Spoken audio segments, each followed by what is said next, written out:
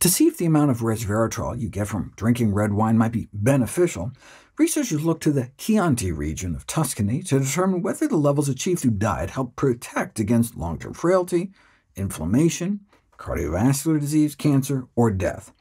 And the answer? None of the above. The amount of resveratrol flowing through their systems didn't correlate with any of the health outcomes studied over 9 years of follow-up. This is surprising, even if only because of the confounding factors associated with wine consumption.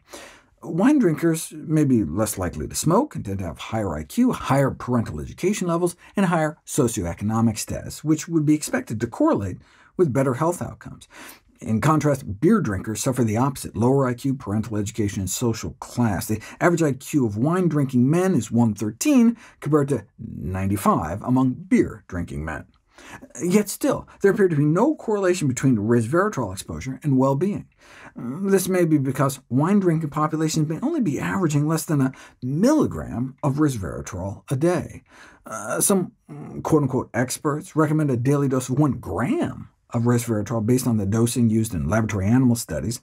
How much red wine would you have to drink to get that much?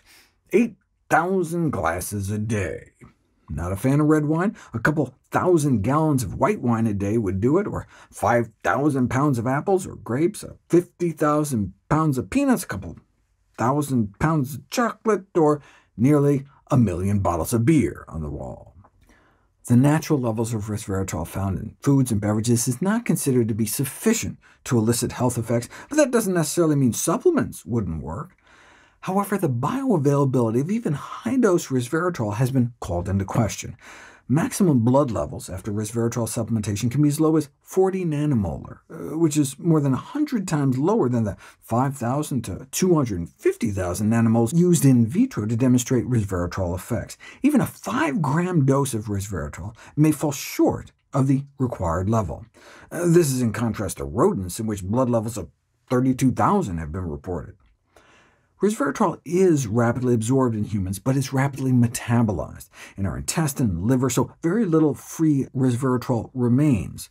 But there are about 20 resveratrol-derived metabolites that can end up in circulation at much higher levels, like 20,000 nanomolar, that might have biological activity of their own. What about using the turmeric trick of adding black pepper to suppress our body's natural detoxification mechanisms? It works in mice.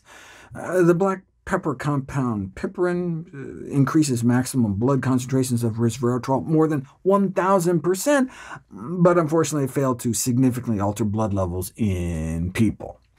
In a 2014 medical journal editorial entitled The Resveratrol Fiasco, the editor-in-chief summarized the state of the science. The conclusions are quite clear-cut. After more than 20 years of well-funded research, resveratrol has no proven human activity. However, since that publication, more than 150 human clinical trials have been published. What's the update? Resveratrol was initially envisaged as an antioxidant, but meta-analyses of randomized controlled trials of resveratrol supplements failed to find clinically or even statistically significant effects on systemic markers of oxidative stress, helping to explain the lack of apparent DNA protection. Maybe it only helps with the metabolically compromised? As one resveratrol review asked, what conclusions would we draw about the efficacy of penicillin if it had been tested only among persons in the pink of condition? Resveratrol does not appear to improve the metabolic function of non-obese, non-diabetic individuals, or even benefit overweight non-diabetics, nor does it help people lose weight, but resveratrol may help with blood sugar control in diabetics. For almost all outcomes measured in randomized controlled trials of type 2 diabetes, metabolic syndrome, or non-alcoholic fatty liver disease, the effects of resveratrol were trivial. But a meta-analysis did find that in doses ranging from 5 to 500 milligrams twice a day resulted in an average 20-point drop in fasting blood sugars. There was also a significant benefit for longer-term blood sugar control, though this only appeared to be the case in shorter-term studies. I mean, what's the point of better longer-term control if it only works in studies lasting less than 3 months? Diabetic foot ulcers are the leading cause of lower limb amputations in diabetics.